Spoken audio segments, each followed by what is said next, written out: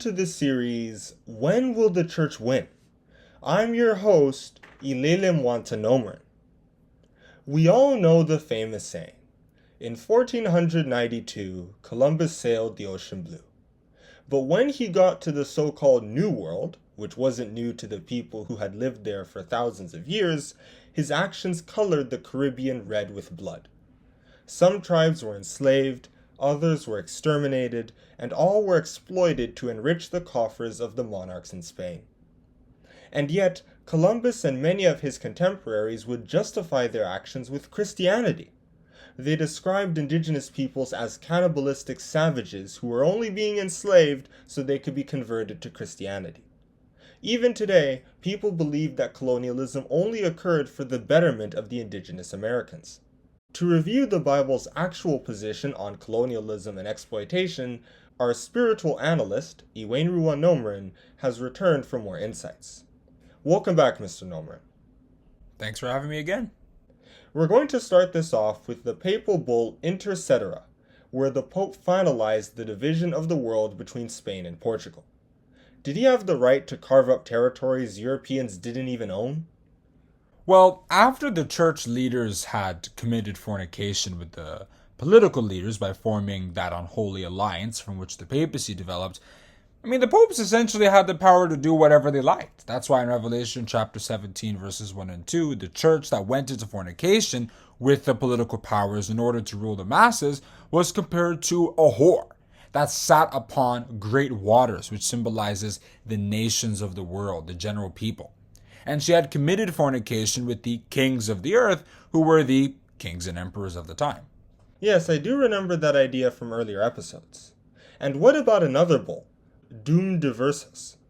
Does everyone have to be evangelized by force?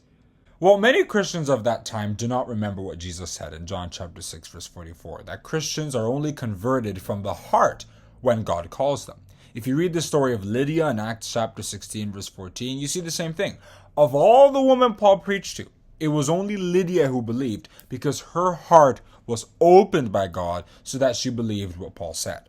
So after Dum Diversus, church leaders claimed that they had the right to enslave non-Christian peoples, giving the excuse that they were doing so to evangelize. But the authority over the masses that they held was unholy anyway, because they gained it through fornication. So any place in which they exercised it was sinful. Why then did God allow Israelite slavery, if enslavement of other peoples is bad? Well, for starters, let's not compare what the Europeans did to what the Israelites did. The Europeans, they didn't just enslave the Africans and the Indigenous of the Americas, they dehumanized them. But even then, shouldn't the Israelites have treated their Gentile neighbors as they wish to be treated? So you have to remember that God did not feel that his own special people, the Israelites, were equal with the Gentiles. In his eyes, he had elevated them above other peoples after he called them. And he made this clear. In Deuteronomy chapter 28, verse 13, he said that his own people would be the head, while the Gentiles would be the tail. To add, Moses told the Israelites in Deuteronomy chapter 7, verse 6, the Lord thy God hath chosen thee to be a special people unto himself, above all people that are upon the face of the earth. So Israel enslaving and dominating their fellow neighbors was a fulfillment of that. But God warned them not to maltreat those they enslaved because they were once enslaved by the Egyptians, right? That's Exodus chapter 22, verse 21. Thou shalt neither vex a stranger nor oppress him, for ye were strangers in the land of Egypt. So you're saying that the Jews were better than other people God made? I'm not the one saying that. God said it. Or do you think you know better than God? That's not what I'm saying. Anyway, there's something else I would like to ask you. You better be careful there, my friend. Remember Paul's words in Romans chapter 9, verse 20. Nay, but O man, who art thou that thou repliest against God? Shall the thing formed say to him that formed it, why hast thou made me thus? We can't be judging what God does. We can only learn from it. We have other subjects to get to, Mr. Nomaren. And you do realize this is exactly what the Europeans thought when they got to the New World, right? They were the spiritual Jews, according to Galatians chapter 3, verse 7, so they had the right to enslave spiritual Gentiles, or the non-Christian peoples they found. What's the difference? They were greedy. They used the gospel as a cover-up. And it wasn't like they were spreading a true gospel anyway. In your first or second episode, we discussed this, how they polluted Christianity with error.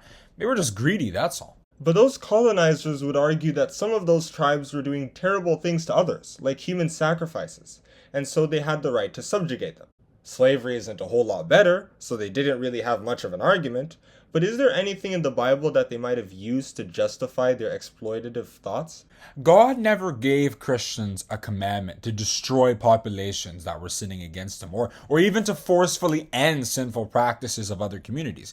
Remember, the Israelites only destroyed populations whom God commanded them to. So they were simply obeying God's instructions. There were actually certain lands or peoples that God said, leave them alone, don't touch them. If we read Deuteronomy chapter 2, verses 5, 9, and 19, like the Moabites and the descendants of Esau.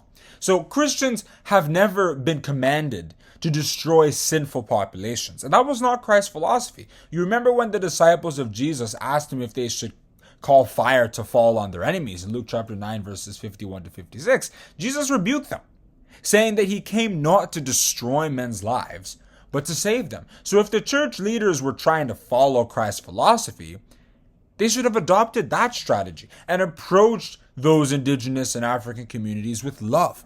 They should have developed them, share much of their both spiritual and even material and technological knowledge.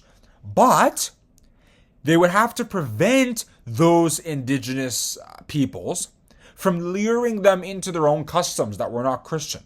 So they'd have to apply the principle of Jeremiah chapter 15, verse 19, that we should win people to God's side, but not be won to their side. Interesting. Plus, if you look at it, you really see Romans chapter 2, verses 14 and 15 fulfill here. The Europeans also had a lot to learn from some of those indigenous people they enslaved. The indigenous were not nearly as greedy and money-driven as they were. They had much more value for natural resources, and they were community-focused.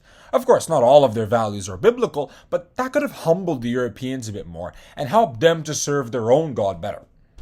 With all this in mind then, how would you package Christianity to the descendants of victimized peoples? Just a few years ago, we learned that the church covered up massive abuse in the schools for indigenous children it ran with the government.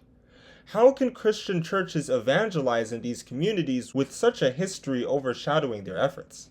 Well, I reiterate that a person can only believe the gospel by the power of God, so there's no strategy I can use to convert them. I would just explain to them that Christianity and the Christian rulers, they're not the same thing. That people misuse a thing for monetary gains or political power does not make that thing bad, and they should consider it on its own merit. There are indigenous Christians, by the way, who were able to look beyond the evil actors and see the merit of Christ's ransom sacrifice and believe in it, and I applaud those ones. Well, I think we can wrap things up for this episode. Thank you, Mr. Nomaren. Thank you once again for having me. So viewers, that's our analysis of Columbus and colonization. Before you watch the next episode, make sure to hit the subscribe button and the notification bell so you hear about the other videos we're making. Goodbye.